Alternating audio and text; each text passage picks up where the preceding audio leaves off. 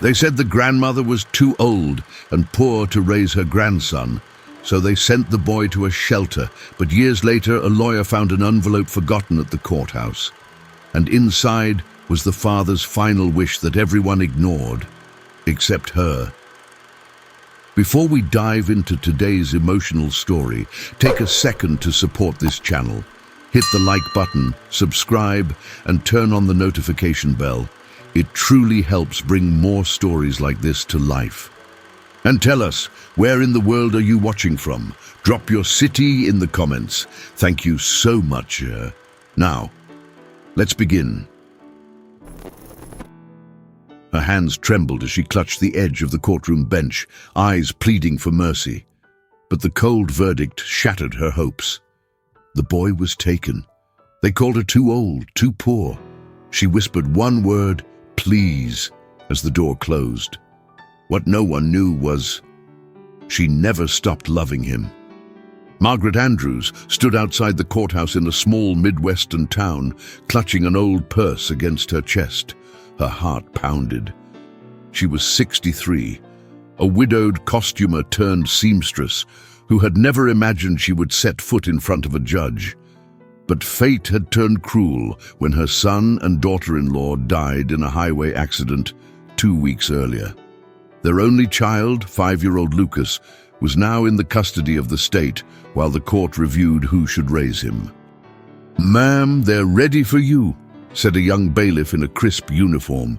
He led Margaret into the courtroom, which smelled of musty law books and faint disinfectant. Seated at the front, Judge Callahan adjusted her glasses and gave Margaret a quick, impassive glance.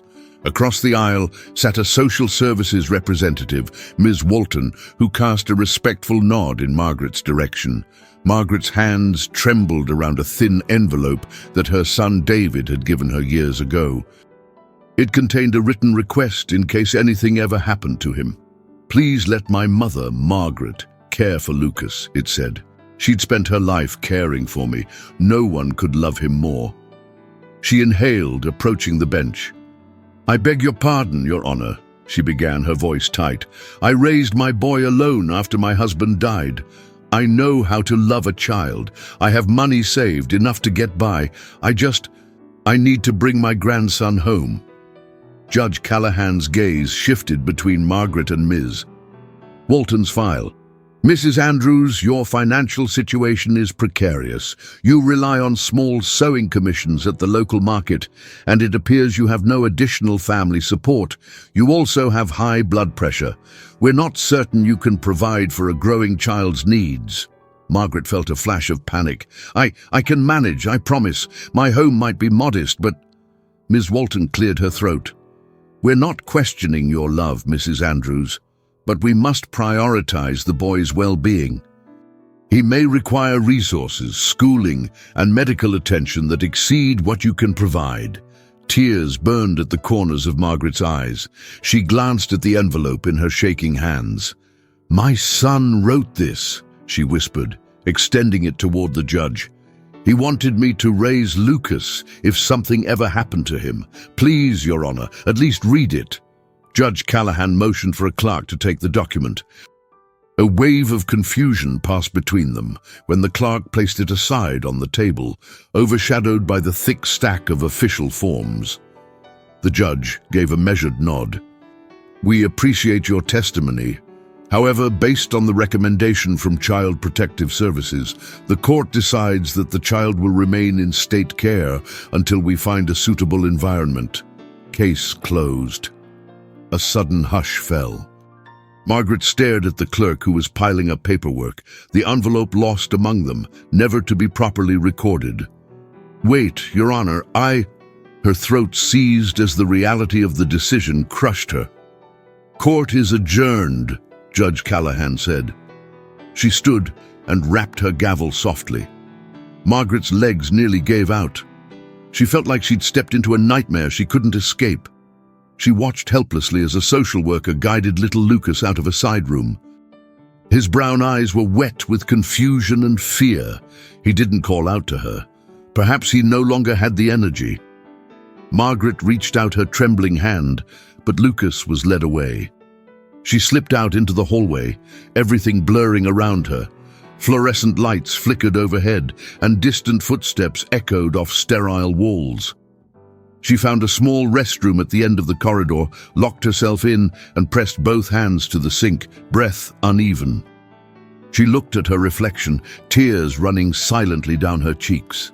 She was losing Lucas, the only piece of family she had left.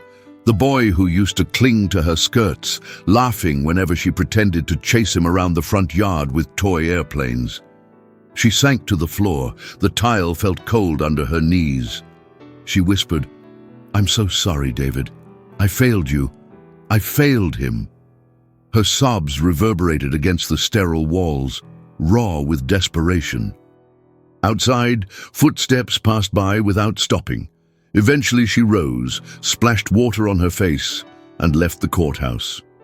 Beneath the fading afternoon sun, she caught a glimpse of Lucas being placed into a white government van.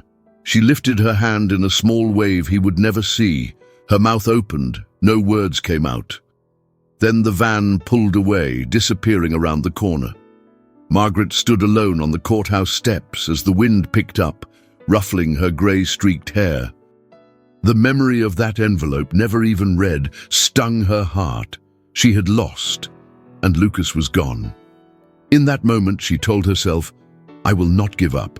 She was old, maybe, and poor, sure, but as long as she was breathing, she would find a way to bring Lucas home. She just didn't know how. A week later, Margaret stood outside the Green Pines Children's Shelter, a squat, pale brick building that looked more like a run-down dormitory than a place for kids. She clutched a small paper bag in her hand. Inside were homemade cookies, each carefully wrapped in tissue paper. She'd written Lucas's name. Her shaky handwriting spelled it out with hope. Lucas. She glanced up at the flickering neon sign above the shelter's entrance. Her heart pounded, not from fear of rejection, but from the urgency to show Lucas she hadn't abandoned him. Last night, she had called the shelter repeatedly, begging to speak with him, but they never connected her call to the child. "We're sorry, ma'am. It's not allowed," they had said. "He needs time to adjust." Now she approached the heavy steel door. A receptionist with tired eyes greeted her. "May I help you?" Margaret's voice trembled. "I'm here for my grandson, Lucas.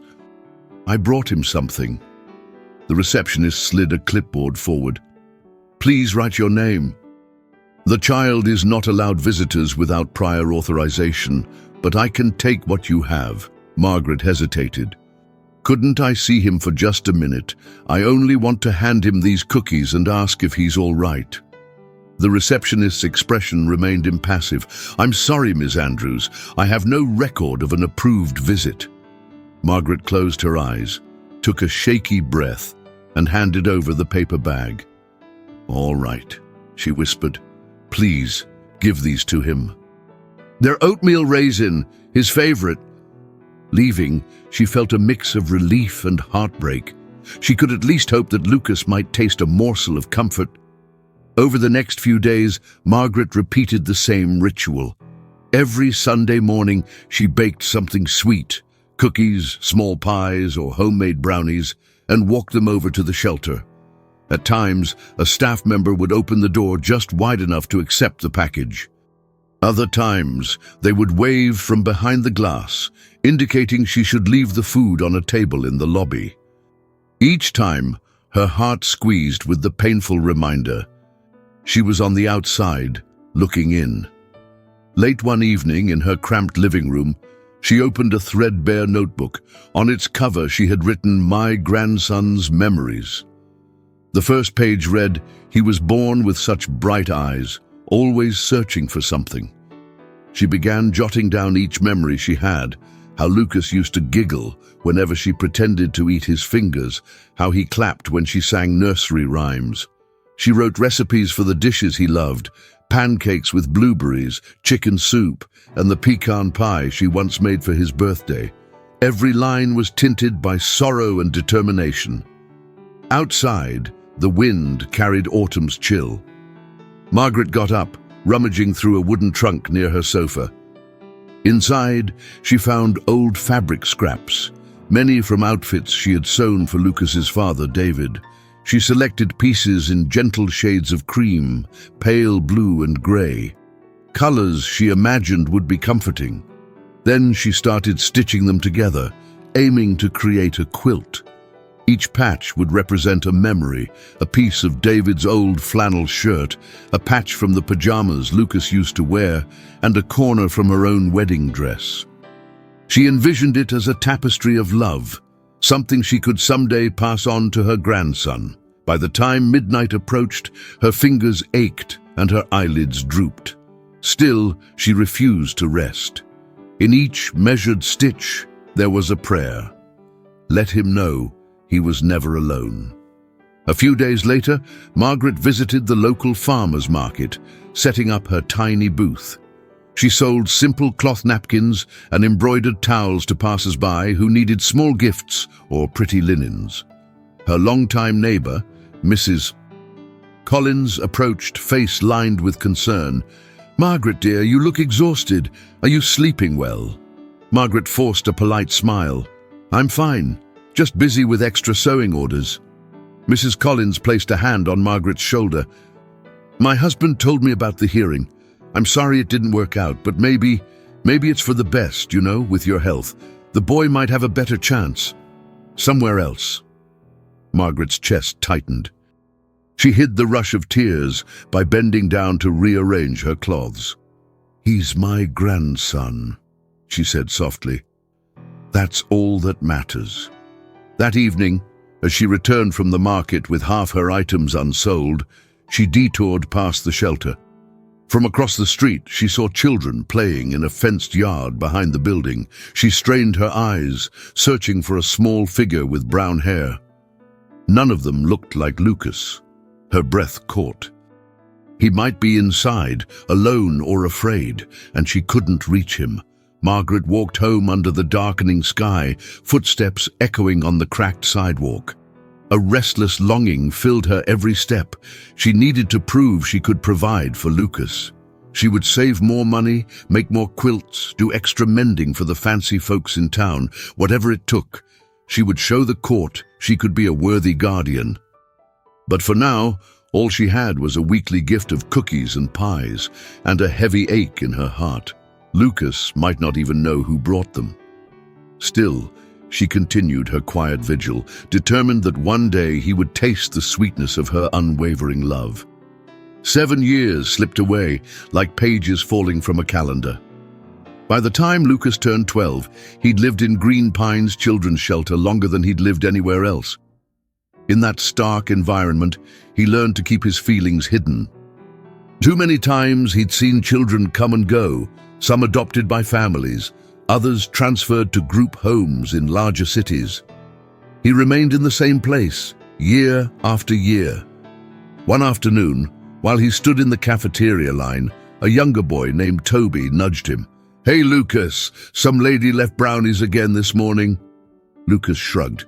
"So what? Someone's always leaving stuff." But in truth, he felt a small flicker of warmth. He thought about the old rumors. Some kids whispered that a kind stranger delivered treats almost every Sunday.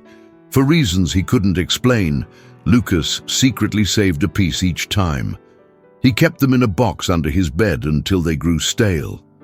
At dinner, Toby prodded him again. "You know who's sending them." Lucas tightened his lips and spat out, "Nobody I care about," then grabbed his tray and walked off. But inside, questions gnawed at him. Was it some random volunteer? Was it pity from a local church group? He'd asked staff members for details, but they always gave vague answers or changed the subject. That night, a storm raged outside. Rain clattered against the windows of the dormitory-like bedrooms. Lucas lay on his bunk, peering through the gloom. Thunder rolled across the sky, and a flash of lightning illuminated the battered box beneath his bed. Within it, he stored crumpled notes with his name on them, a few small plush animals and stale cookies. "Why am I hoarding these?" he wondered, but couldn't bring himself to throw them away. It was the only thing in his life that felt consistent. In class the next morning, he sat near the back row as the teacher asked the usual question.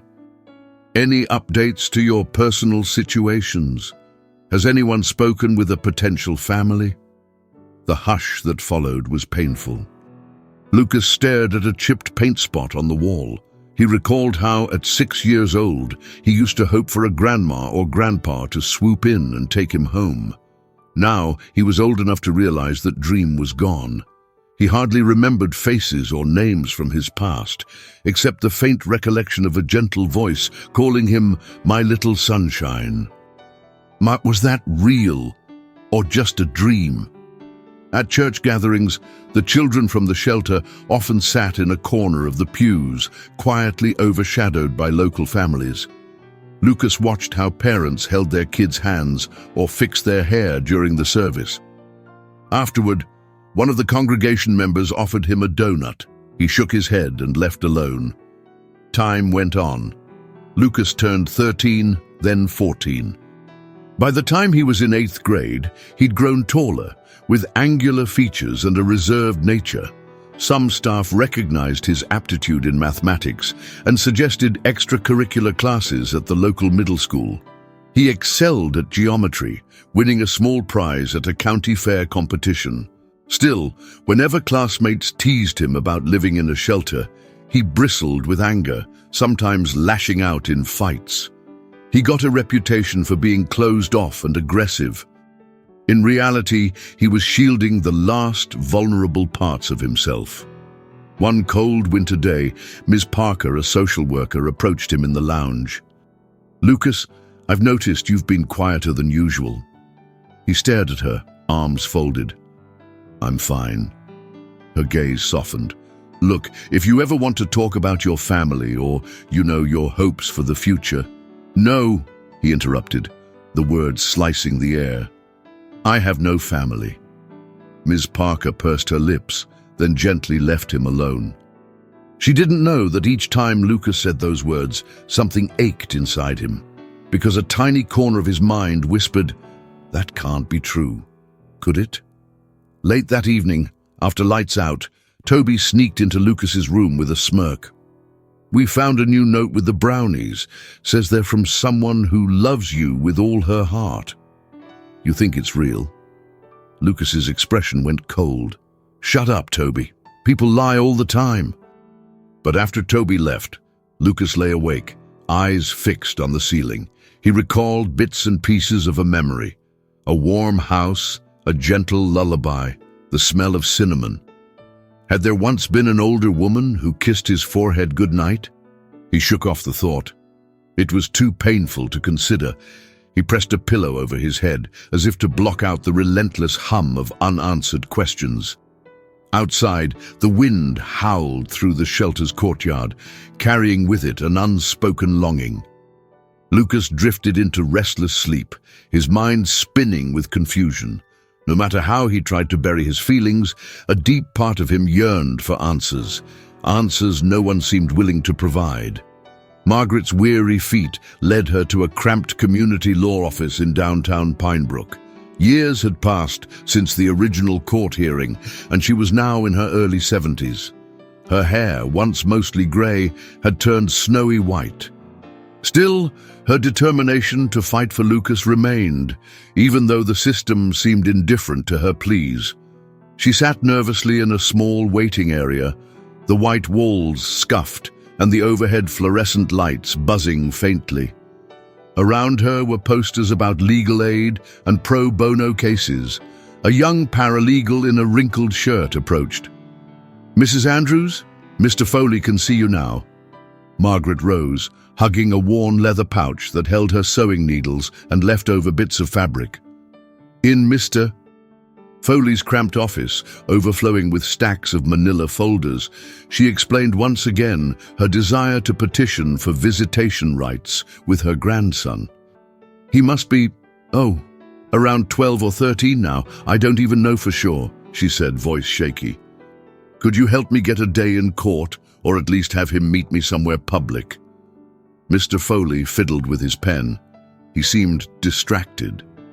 Visitation petitions can be filed, but these cases rarely succeed unless there's substantial proof that it's in the child's best interest. The state's stance is that you're older, you have limited means, and I love him. Margaret cut in, swallowing the despair in her throat. Doesn't that matter? Mr. Foley offered a non-committal shrug. I can do my best. If you can give me a retainer of... He named an amount that made Margaret's shoulders sag. She carefully opened her worn wallet, revealing a sum far short of what he requested. He shifted uncomfortably. I'm afraid we can't proceed without full payment. Trembling, Margaret slid her wedding ring toward him, an old band that had lost its luster. Can I give you this as collateral? She asked softly. The lawyer hesitated, then nodded, pocketing the ring. We'll try, Mrs. Andrews, he said, though his tone lacked conviction. A month went by with no response. She returned to the office to find a note pinned to the door, closed for relocation. Mr. Foley had vanished, taking her ring and her hope. Margaret stood there, eyes stinging in the chilly wind, feeling betrayed by the very system meant to help people like her. Her steps dragged as she made her way home. The modest wooden house was dark. She turned on a single lamp in the living room where half-finished quilts draped the furniture. On the kitchen table, a battered tin box held her meager savings. Counting the bills, she realized she hardly had enough to pay her heating bill this month. That night, her head spun with worry. She rummaged through a small trunk until she found an old, red-knitted scarf. She intended to modify it into a Christmas gift for Lucas, a sign of love he might recognize.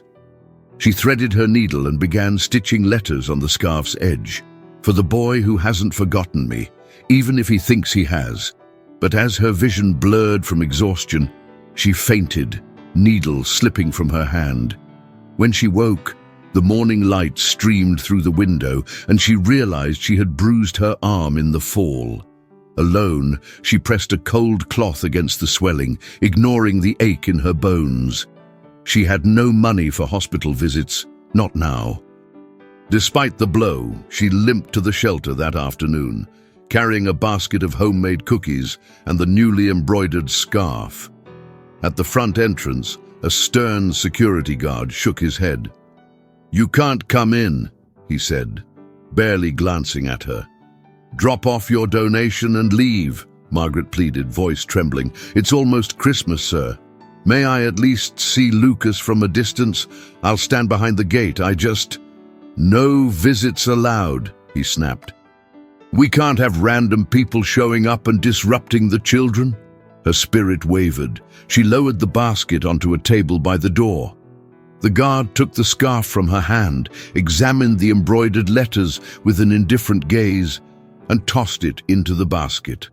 Margaret's throat felt tight. She wanted to scream that Lucas was not just any child. He was her grandson. She wanted to tell them that she had scraped together her last pennies to buy yarn for that scarf. But the guard shut the door before she could speak. She stood there in the biting winter wind, tears freezing on her cheeks. Then she turned away, heading back to her empty house. There she found half-stitched quilts and more fabric scraps, waiting like silent witnesses to her suffering. She sank into a chair, letting her tears soak the cloth in her lap. In her mind she prayed, "Oh, David, if only they had read your letter." The recollection of that envelope, lost, ignored in court, haunted her. She wondered where it was now, and if anything could ever bring it to light. By the time Margaret turned 71, a dull haze clouded her vision. She seldom complained, but the world had grown slightly blurry around the edges. Twice a month, she visited a local clinic, where a kindly nurse, Mrs. O'Connor, advised her to see an ophthalmologist. Margaret always replied, "I'll look into it," even though she never had the money for a specialist. One chilly autumn day, a church group volunteer knocked on her door. "We have room for you in a senior living home," the volunteer said, smiling politely. "They provide meals and medical checkups. It might be more comfortable for you." Margaret politely refused. "I'm waiting for someone," she murmured, gently shutting the door. She refused to abandon the thread of hope that Lucas might come back. In the evenings, she took to writing short letters addressed to "My dearest Lucas," tucking them under the unfinished quilt. She wove memories of him as a toddler into the cloth with every stitch. Once, upon hearing from a neighbor that Lucas might have been adopted, Margaret had tried contacting the child welfare office again, but no one returned her calls. Another rumor claimed he still lived at the shelter, waiting for a placement that never came. The uncertainty gnawed at her day after day. At church, she overheard the pastor discussing an upcoming holiday donation drive for the children's shelter. Approaching him, she asked, "Could you please deliver a message to a boy named Lucas? I just want him to know I'm always here." The pastor frowned sympathetically. "I'm sorry, Margaret, but we have strict guidelines. We can't single out a specific child." He placed a gentle hand on her shoulder. "God bless you, though, for caring." Each denial felt like another weight bearing down on her. Her nights grew longer, her dreams haunted by images of Lucas. She pictured him older now, maybe a young teen. She wondered if he had her late husband's nose or her own steel-grey eyes. Would he recognize her if they met on the street? One late Sunday, after crocheting small hats to sell at the farmer's market, Margaret decided to walk to the shelter just to look at it from across the road. She stood near a flickering street lamp, the setting sun painting the sky in purples and oranges. The building's lights glowed in a few windows, silhouettes of children passing by. She thought she saw a taller boy, hair dark and short, move across the window. Her heart thumped painfully. Was that Lucas, or was she just imagining it out of desperation? Days turned into weeks. Winter came. The sidewalks dusted with snow, and Margaret's failing eyesight forced her to maneuver carefully around patches of ice. One afternoon, she slipped on her front steps and bruised her hip. Mrs. Collins next door insisted on helping her inside, urging Margaret to rest, but Margaret had cookies in the oven, once again marked with Lucas's name. Mrs. Collins shook her head gently. "Margaret, do you really think they still let him have these? Maybe he's not even there." Margaret's hand trembled as she took the tray out. "I don't know, but I can't give up, not until I'm certain." That evening, she used the last bit of spare change to buy a spool of golden thread. She sewed it into the quilt's hidden pocket. Her arthritic fingers ached with every stitch, but she pressed on, weaving the words in tiny script. "If he ever returns, let me say, 'My dear boy,' one more time." Occasionally she felt dizzy, and spots danced in her vision. She ignored it. She told herself that Lucas was out there, maybe waiting for a sign, just like she was. Or maybe he'd grown up, left the system, and forgotten her. The ache in her heart grew heavier each time the thought crossed her mind. Before bed, she knelt by her old sofa and prayed. "Please, let him remember. Let me see him, healthy and safe just once. Let him know I would have moved mountains to keep him close." She brushed off tears, refusing to succumb to despair. In the dim light of her small bedroom, Margaret placed the half-finished quilt near her pillow. It was a tapestry of love, memories, and unspoken words. No matter how much time weighed on her shoulders, she clung to the faint glimmer that she'd be able to give it to Lucas someday, telling him how none of it had been his fault. Samuel Dixon was 28, fresh out of law school and eager to do good. On his first volunteer assignment at the Pinebrook County Clerk's office, he was tasked with reorganizing dusty case files from nearly a decade ago. The clerk's office was cramped and smelled of old paper.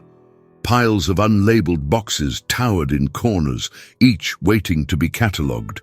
"Just sort them by year, then by file number," instructed Mr. Johnson, an elderly clerk. "Get rid of duplicates, if any. Shred what's outdated." Samuel spent hours rifling through the documents. Some files related to minor traffic violations, others to property disputes. Then, tucked between a bundle of old child custody forms, he found a small envelope with faint handwriting. For the court's review, Andrews, custody of Lucas. The date was from years earlier. The edges were yellowed and a paperclip clung to it. Curious, he gently pried it open. Inside was a single sheet of paper. If anything should happen to me, I want my mother, Margaret Andrews, to have full guardianship of my son, Lucas Andrews. My mother is his best chance at a loving home. Signed, David Andrews. A chill ran through Samuel. The letter never made it into the official records. It was dated just days before David and his wife's fatal accident. Samuel looked around the office. Nobody seemed to notice his discovery. He thought about how a single lost piece of paper could change a child's entire fate. He slipped the envelope into his briefcase, determined to investigate. That evening, at his modest apartment, Samuel pored over the letter again. Then he searched the county's digital records. He found the old custody case of Lucas Andrews, which had concluded that the grandmother was unfit due to age and finances. Nowhere did it mention the father's written request. The next morning, Samuel took an early bus ride to the local library. A quick search revealed that Margaret Andrews lived in a small wooden house near the outskirts of town, about a mile from the old railroad tracks. He also found references to Lucas in the state system, indicating he'd remained in shelters for years. Samuel's heart sank. All because the court never saw this letter, he muttered under his breath. At noon, he decided to visit Margaret's address in person. The neighborhood was quiet, lined with humble homes showing signs of wear. On the porch of a modest house, he found an elderly woman dozing in a rocking chair. She stirred when she heard his footsteps. "Excuse me," he said softly. "Are you Margaret Andrews?" She blinked, her nearly cloudy eyes trying to focus. "Yes, I am. Who might you be?" "My name is Samuel Dixon. I found something that belongs to you." He offered the envelope gently. Margaret's lips parted as she recognized her son's handwriting at once. I haven't seen that in years," she stammered, her voice trembling. "Where did you get it?" Samuel explained how he discovered it among old case files. "I'm guessing it was never presented to the judge. If it had been, things might have turned out differently." Margaret's hands shook as she clutched the letter. Tears welled in her tired eyes. "After all this time, my David's last wish was never heard. Lucas. Oh, Lucas." She pressed a hand to her chest, feeling her heart pound with a sorrow so profound it rendered her momentarily speechless. Samuel knelt beside her chair. "I want to help you," he said. "Maybe it's too late to reclaim custody, but if you just want to see him, I can try to make that happen." Margaret stared at him, face etched with disbelief. "He must be nearly a teenager now. I don't even know what he looks like anymore." They talked for a long time. Margaret recounted how she'd left cookies at the shelter for years, wrote letters that never reached him, tried to hire a lawyer who disappeared. "I feel so old and foolish," she murmured. "But I've never stopped loving that boy." Samuel's determination grew stronger. "Let me see if I can track him down. If the system put him up for adoption, or if he's still in a shelter, we'll figure it out." Margaret nodded, tears sliding down her cheeks. "Thank you. You have no idea what this means." As Samuel left, he realized that a lost letter held the power to change not just one life, but two. While a decade had passed, maybe, just maybe, it wasn't too late for Lucas and Margaret to find each other again. He walked back to the bus stop, mind swirling with possibilities. He'd read countless stories about bureaucratic mishaps, but never one this tragic, where a piece of paper could hold so many shattered dreams. He refused to let that remain the end of this family's story. Samuel stood outside the public records building the next morning, a fresh coffee in hand. He needed to confirm Lucas's current status. With the help of a sympathetic clerk, Ms. Jensen, he found the boy's file. It showed no final adoption. Apparently, Lucas had remained in state care, transferring from Green Pines Children's Shelter to a larger youth center in Westbridge at around age 14. Now 19, Lucas had aged out of the system. Current address was unknown, but there was a note, scholarship at Redwood State University. That was over 2 hours away by train. Samuel felt a surge of relief. At least there was a lead. Immediately, he returned to Margaret's small house. She was sitting in her living room, hunched over a patchwork quilt. The moment he entered, her face lit with anticipation. He delivered the news. "I found him. He's at Redwood State, presumably living in student housing." Her eyes misted. "He got a scholarship? David would have been so proud." She paused as though fearful. "But do you think he'd even recognize me? Or want to see me?" Samuel didn't have an easy answer, so he offered hope. "We won't know until we try." Within 2 days, they traveled together. Margaret insisted on paying for her own bus ticket with her meager savings. She gripped Samuel's arm on the ride, explaining, "I just want him to know I never left him by choice." They arrived at Redwood State University on a bright afternoon. Students hurried along campus walkways, juggling backpacks and coffee cups. Samuel managed to speak with the school's student affairs office. After some hesitation, the staff pointed them toward a dorm building on the far side of campus. When they reached the dorm, a resident assistant eventually found Lucas's name on the roster. "Room 214. He's in class right now, but you can wait in the lounge if you'd like," she said. Margaret's heart raced. Each second felt like a lifetime. As they waited in a small lounge area, she rehearsed what she might say. She smoothed the wrinkles of her skirt, tucking a folded letter in her pocket. She noticed her eyesight was blurring again from anxiety, but she forced herself to remain upright. Finally, the dorm's front door opened. In stepped a tall, lean young man with short brown hair and a guarded expression. Lucas. Margaret recognized a hint of David in those eyes. Her breath caught. She rose slowly, voice trembling. "Lucas." He paused, scanning her face, confusion etched across his features. "Do I know you?" She took a shaky step forward, tears gathering. "I'm your grandmother, Margaret Andrews." The name alone made him tense. His gaze flickered from her to Samuel, then back. The entire lounge seemed to hold its breath. Lucas's expression hardened, as though he'd pieced together a bitter truth. You're the one who left me in that place all those years." Margaret's mouth opened, but only a soft sob came out. She shook her head. "I never wanted to leave you. I tried, Lucas. The court took you away from me. You expect me to believe that?" His voice rose, laced with old pain. "Everyone else in the shelter had parents who didn't show up. Why would you be any different?" Samuel stepped in quietly. "Lucas, your father wrote a letter naming her as your legal guardian. It was never processed. I found it by accident." Lucas's jaw tightened. "What good does that do me now? I spent my entire childhood alone." He glanced at Margaret's trembling hands, noticing how thin she looked. "If you cared so much, why didn't you come sooner? Why didn't you—" Margaret reached into her purse, pulling out a small, battered notebook. "I tried to see you at the children's shelter. Every week I brought cookies and brownies with your name on them." She held out the notebook, which contained photos, recipes, and pages of heartfelt confessions. "I never stopped." His eyes flicked over the worn pages, but anger clashed with a deeper emotion he couldn't articulate. "You don't just show up after all these years and expect things to be fine." Margaret swallowed hard.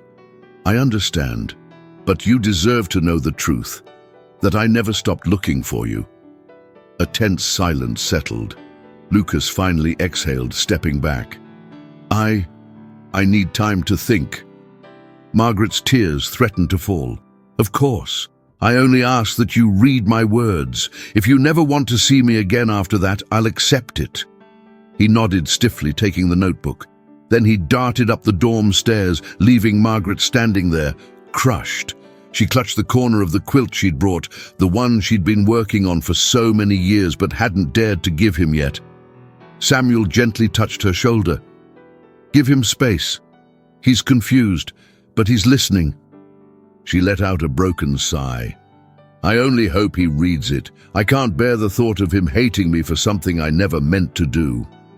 Outside, the sun cast long shadows over the campus. Margaret's heart felt as if it might burst from equal parts sorrow and relief. She had found Lucas, her precious grandson, but the chasm between them was wider than she'd ever imagined. Later that evening, Lucas sat on the edge of his dorm bed, the battered notebook resting on his lap. His roommate was out, giving him the privacy he needed. The pages smelled faintly of lavender, as if they'd been stored with scented fabrics. He flipped through the first few pages, reading about a baby's first smile, the time he learned to walk, how he once insisted on sleeping with a plush toy shaped like a giraffe. The words felt distant, yet strangely familiar. He came across small taped-in photographs, a baby with bright eyes, a young mother and father, and an older woman in the background smiling softly. Margaret. Notes were scribbled in cramped handwriting, describing how she'd bring fresh cookies to him at the shelter every Sunday. She'd stand outside the gate, hoping to catch a glimpse of him. Another page described the heartbreak she felt after each denied visitation request. Lucas exhaled shakily. This raw documentation of her efforts gnawed at the shield he'd built around his heart. He recalled the weekly brownies, the occasional note. He had stored them away, uncertain who they came from, too wounded to investigate further. Was it really her? In the final pages, Margaret wrote about her deteriorating eyesight and the countless times she tried to get help from lawyers. She wrote about the lost letter from his father. She ended with a line that read, "Forgive me if your heart still aches, my dear grandson. Please know I never stopped loving you." He slammed the notebook shut, tears stinging. His anger flared again, but it warred against a sorrow and longing he'd suppressed for years. The following day, after class, he took a bus to the old Green Pines Children's Shelter. It was locked and vacant, with a "for sale" sign in the window. Weeds grew through cracks in the sidewalk. Lucas peered in, seeing echoes of his younger self roaming those halls. It was surreal, like walking through a memory-turned ghost town. He felt a deep pang of regret. Even if the staff had withheld information, he couldn't confront them now. They were gone. He wandered around town, eventually ending up at a quiet cafe. There, he opened the notebook again, flipping to a page that described a small patchwork quilt Margaret was sewing from bits of his old clothes and David's flannel shirts. She had planned to give it to him as proof he was never alone. At that moment, Ms. Parker, his old social worker, walked into the cafe. She was just as surprised to see him. "Lucas, my goodness, you're grown up."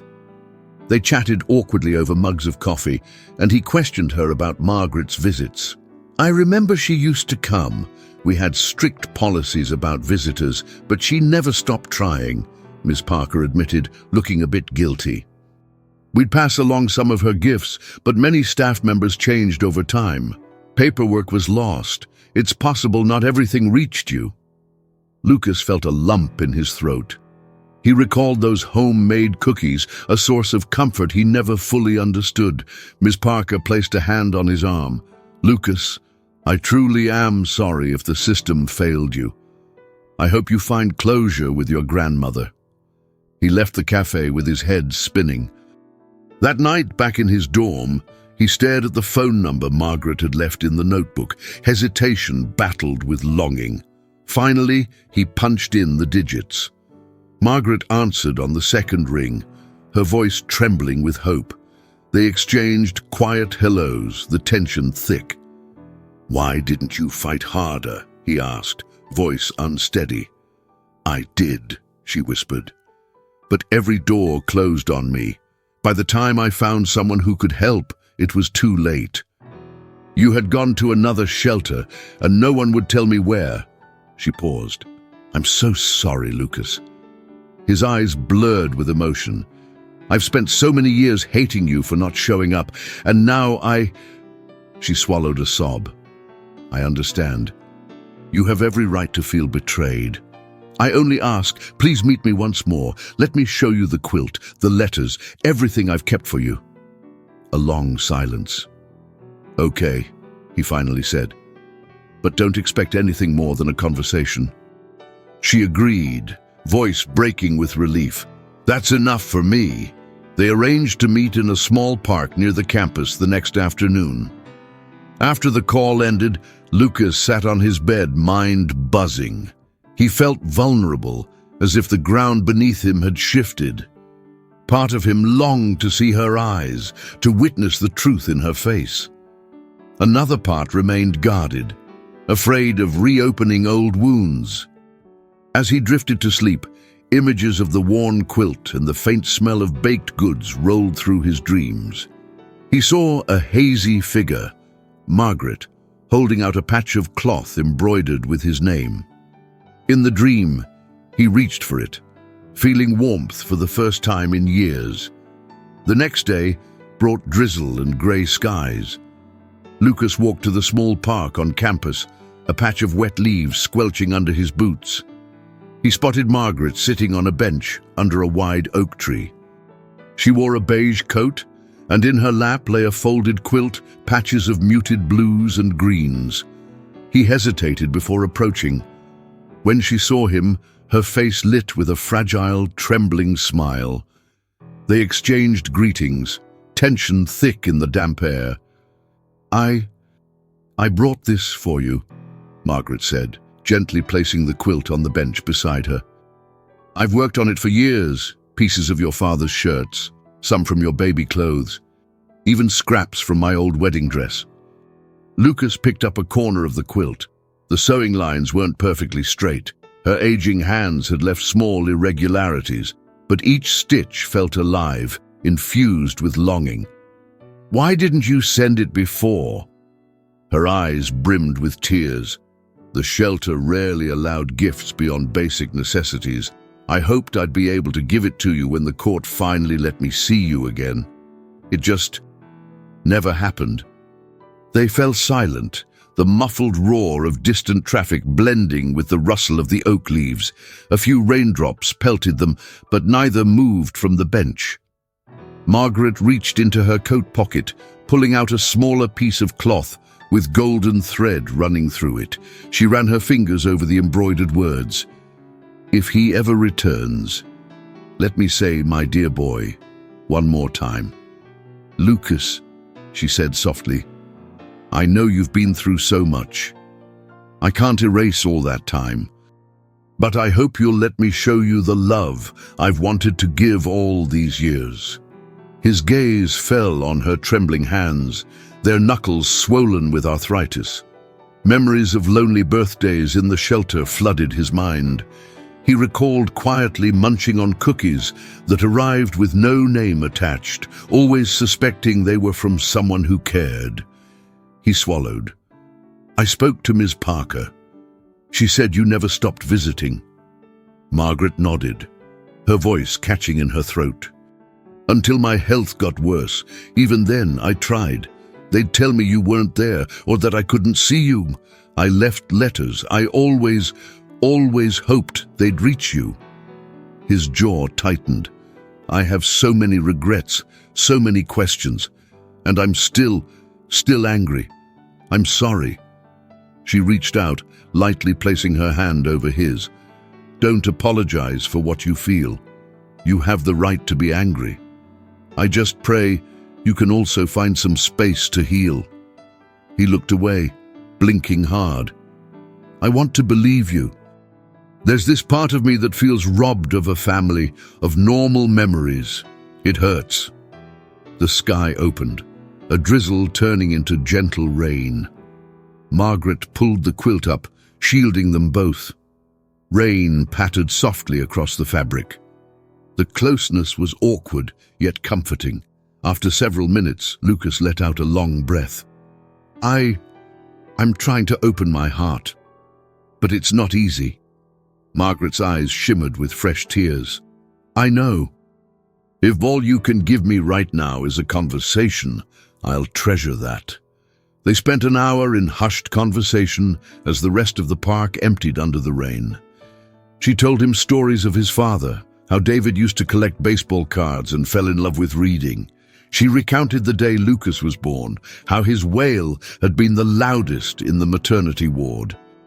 In return, Lucas spoke haltingly of his time in the shelter, of the times he'd nearly run away, the fleeting friendships that ended when kids got moved or adopted elsewhere.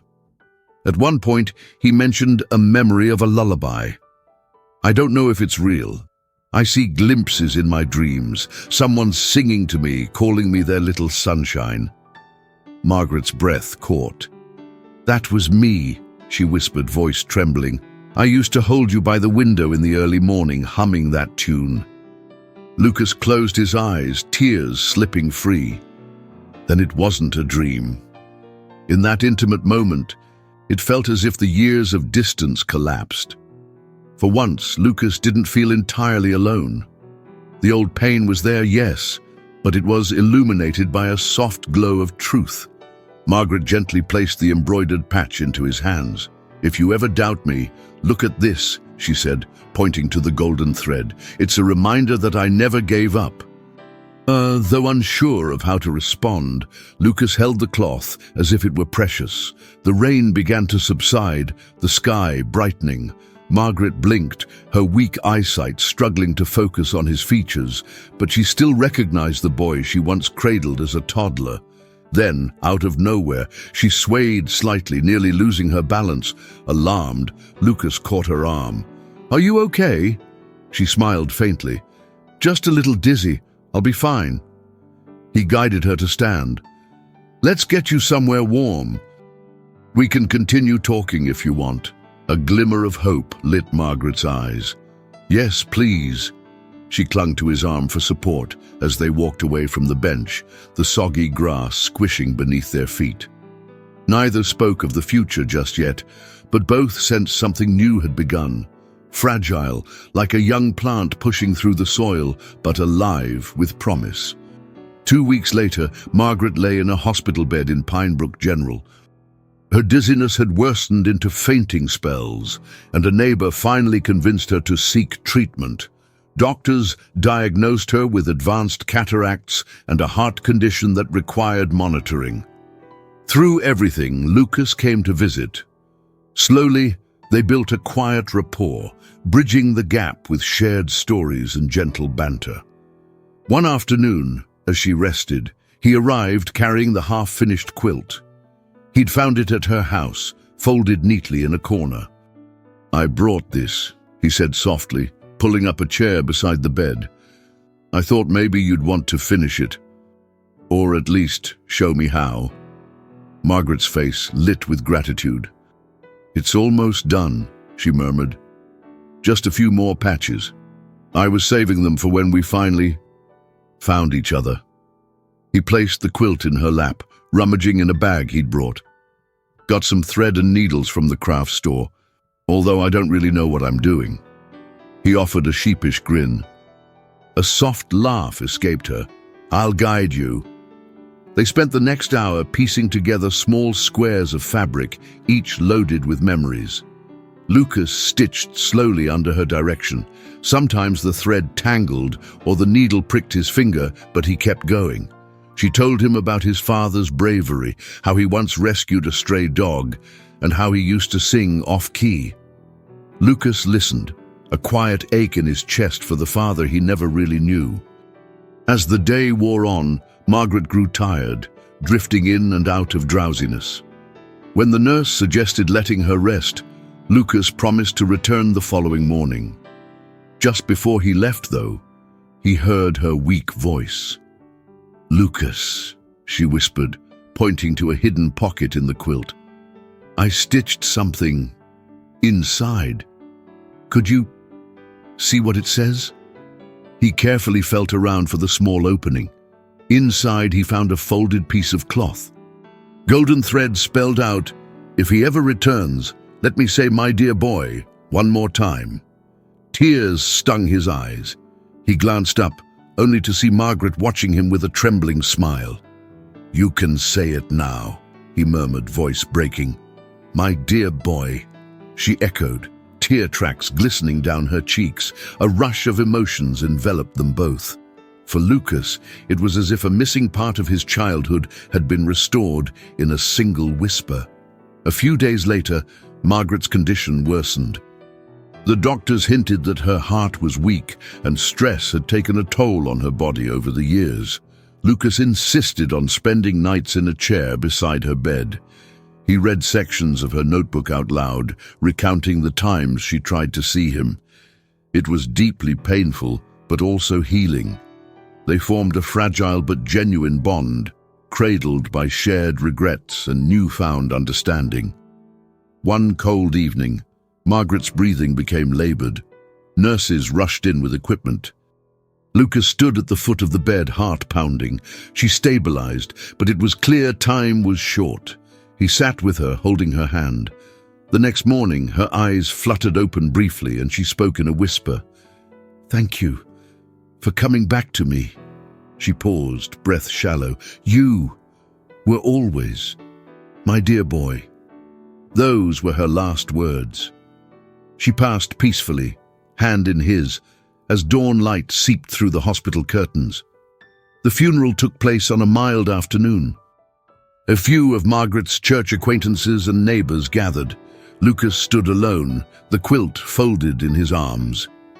After the service, he returned to her house, letting the quiet emptiness envelop him.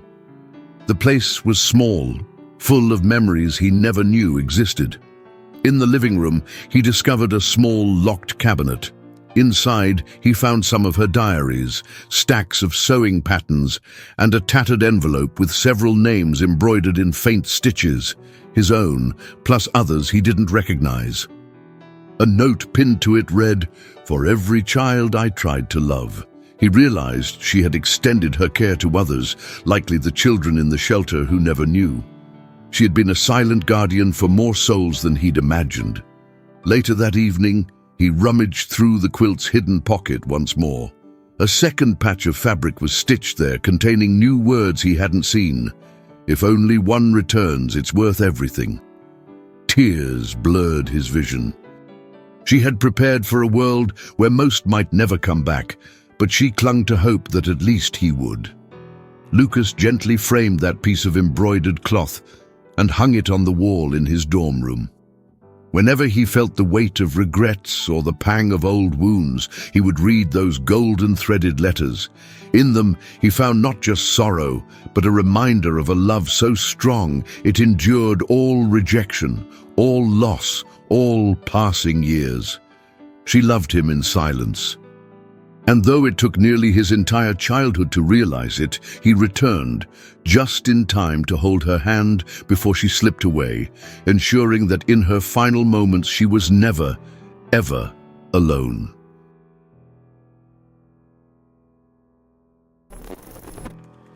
Sometimes love isn't loud. It doesn't always shout, demand, or appear on time. Sometimes love is a silent stitch in a quilt, a cookie left at a gate, or a name whispered one last time. Margaret's story teaches us that real love persists, even when the world refuses to see it. That the quiet sacrifices of those who love us can echo through the years, waiting for the moment we're ready to hear them. So before you judge someone's absence, ask, what did they go through just to try and be there for you? And now, tell me, what did this story make you feel? Did it remind you of someone you might owe a phone call, a visit, or forgiveness? If this story touched your heart, don't forget to subscribe to the channel, click the notification bell, leave a like, and comment which country or city you're watching from. Your support helps us bring more unforgettable stories like this one to life. And if you're not ready to let go of this feeling just yet, click the final card on your screen to watch the next recommended story. We promise it's just as powerful. Thank you so much for being here.